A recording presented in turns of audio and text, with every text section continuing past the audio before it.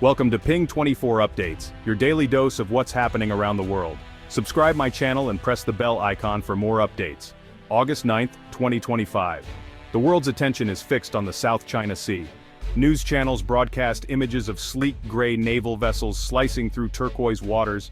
Not American, not Chinese, but Filipino. A decade ago, this would have been unthinkable. Today, it's reality. The Philippines, once a military lightweight, is now a credible middle power in Asia. This is more than a show of force, it's a declaration of intent, and Beijing is listening. Years of planning, investment, and a shift in national mindset have led to this moment. Filipinos have learned to secure peace, you must be ready for conflict. Now, new fighter jets patrol the skies, modern frigates guard the coasts, and advanced missile systems stand ready.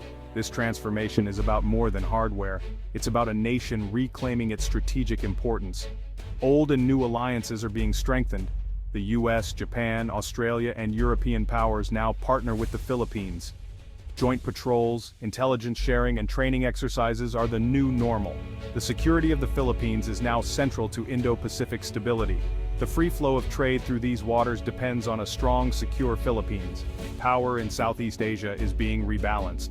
The Philippines is no longer a bystander, it's shaping its own destiny. This shift has immense implications for Manila, Beijing, and every nation invested in Asia's future. The world is watching as the Philippines finds its voice and speaks with newfound strength. The archipelago's transformation is a signal. The era of passivity is over. The Philippines is now an active player, influencing the region's strategic calculations. Its rise is a message to all. The balance of power in Asia is changing. The quiet archipelago has become a force to be reckoned with. The new reality is here, and it's Filipino. To grasp the scale of change, we must look back. For decades, the armed forces of the Philippines was a shadow of its former self. The Navy was a museum fleet, with aging hand-me-down ships from the Vietnam War. The Air Force retired its last fighter jets in 2005, leaving the skies unprotected for nearly a decade. The Army, though battle-hardened, relied on outdated hardware and Cold War relics. The military's focus was inward, fighting insurgents, not defending borders. Vast coastlines and airspace went largely unpatrolled. Budget constraints and political priorities left little for modernization.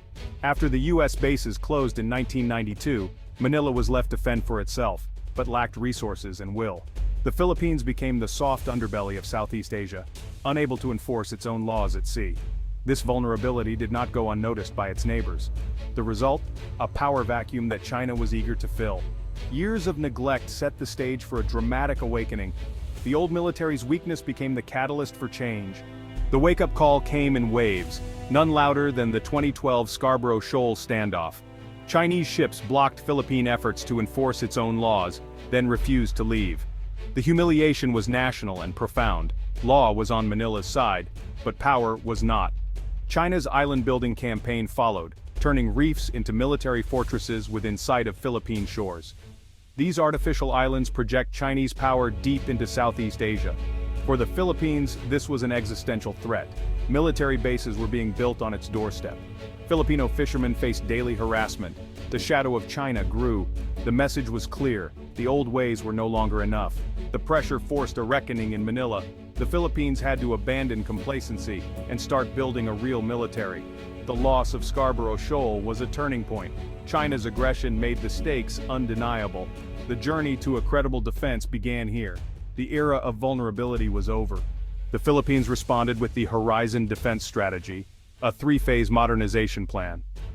Horizon 1 rebuilt lost capabilities, new warships, helicopters, and the first supersonic jets in decades. Horizon 2 aimed higher multi-role frigates, advanced radars, and land-based anti-ship missiles. The goal: credible minimum deterrence, enough to make any aggression costly. Now, Horizon 3 is underway, more fighter jets, submarines, and cutting-edge missile systems. The focus has shifted from internal security to defending the nation's territory. The defense budget is growing, backed by strong public support. The Horizon program is a national consensus. The Philippines will not be a passive victim. It's a blueprint for self-reliance and regional influence. The military is being transformed into a force that can deter and, if needed, defend. The message: Manila is serious about its sovereignty. The Philippines is determined to master its own fate. The transformation is most visible in the Philippines' new arsenal. The Navy now boasts guided missile frigates, BRP Jose Rizal and BRP Antonio Luna, equipped with state-of-the-art weapons. These ships can patrol, monitor and strike with lethal force. The Air Force's FA-50 jets have restored air defense, while new Japanese radar systems provide early warning. The BrahMos supersonic missile system deployed by the Marines creates a powerful anti-access bubble along the coast. Any hostile warship now faces extreme risk near Philippine shores. The Army is modernizing with new tanks and artillery. The Coast Guard is fielding larger, more capable patrol vessels. Integration is key. Improved command, control and intelligence networks tie everything together. It's not just about new hardware, it's about building a cohesive, networked force. The Philippines now wields a sharp, modern sword.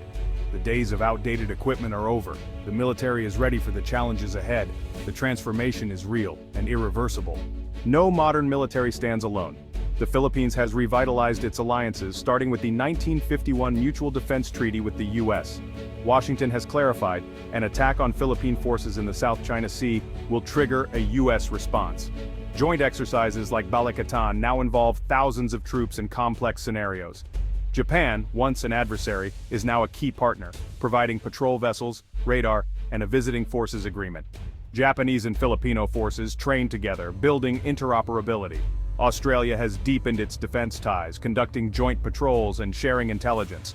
Trilateral cooperation with the US and Australia forms a powerful security bloc. India, France, the UK, and Germany are also increasing their presence and support. This web of partnerships provides military, diplomatic, and technological backing. The message to Beijing, bullying the Philippines is a challenge to a united front. The alliance network is stronger than ever. The Philippines is no longer alone. Geography is the Philippines' greatest asset. The archipelago sits at the crossroads of the Indo-Pacific, forming a natural barrier between the Pacific and South China Sea. The Luzon Strait is a critical choke point, vital for China's navy to access the Pacific. In any Taiwan conflict, control of this strait is essential. A strong Philippines complicates Chinese military plans and provides a staging ground for allies. The island's complex terrain favors agile defensive tactics, ideal for anti-ship missiles and fast attack craft. Agreements like the Enhanced Defense Cooperation Agreement give allies access to key bases. This shifts the regional balance, reducing response times and increasing reach. By leveraging its geography, the Philippines turns vulnerability into strength. Its location is now a strategic weapon. The archipelago is no longer just a prize, it's a fortress. Geography, once a curse, is now a source of power. The real transformation is in the Filipino mindset. Years of pressure have forged unity and resolve. National sovereignty is now a daily conversation, not just a political slogan. Public support for the military is at an all-time high. Young Filipinos see military service as a patriotic calling, vital for operating new technology. Diplomats speak with new confidence, backed by credible strength. The Philippines is taking a leadership role in ASEAN, inspiring others to stand up for their rights. The narrative has shifted from victim to proactive leader. Legal victories are now matched by military capability. The goal is deterrence, not conflict, a mature, realistic approach. The Filipino spirit is now defined by determined defense of the homeland. Beijing is watching the Philippines rise with growing concern. China's old gray zone tactics are now riskier. Missteps could trigger a swift response. The Philippines' new missiles and radars threaten Chinese ships and aircraft. The U.S. alliance means any aggression could draw in American forces. China must now weigh every move against the risk of escalation. The Philippines' example is inspiring Vietnam, Malaysia, and Indonesia to modernize and unite.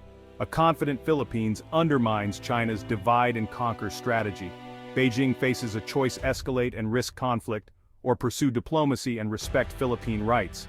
The rise of the Filipino military is not a threat to peace. It's a stabilizing force. A stronger Philippines means disputes are managed through dialogue, not intimidation. Peace is best secured from a position of strength. The balance of power in Asia is shifting. The world is watching, and so is Beijing.